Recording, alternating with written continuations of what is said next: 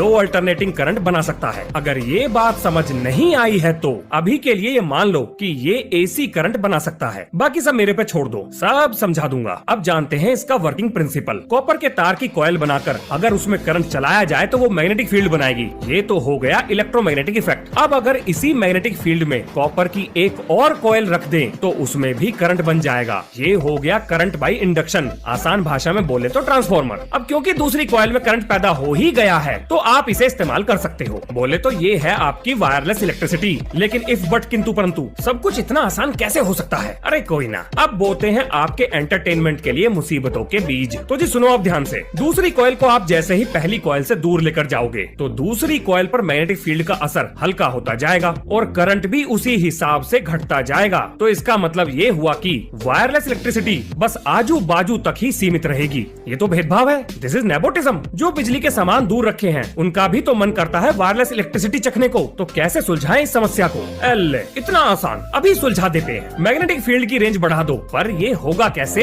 Voltage बढ़ाकर। पर उसकी भी तो कोई लिमिट होती है। हाँ बिल्कुल होती है। तो उसके बाद कैसे बढ़ाएंगे मैग्नेटिक फील्ड को? एक रेजोनेटिंग सर्किट लगाकर। और वो कैसे?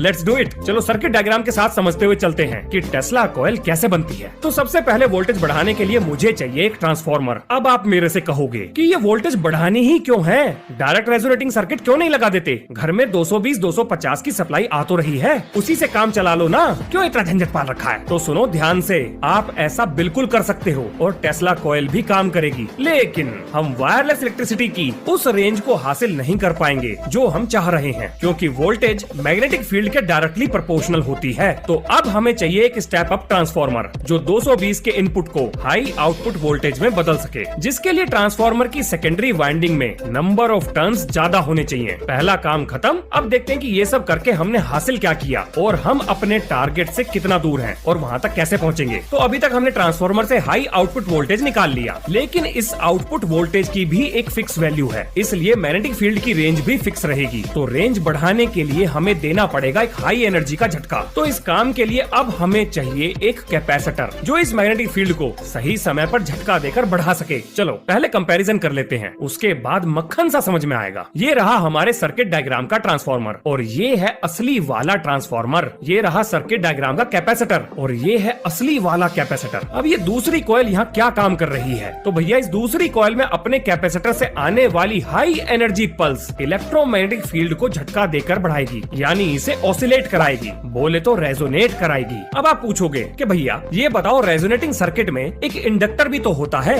वो भी गायब है, और वो लंबा सा सिलेंडर कहाँ गया जो टेस्ला कॉइल में होता है? हाँ जी,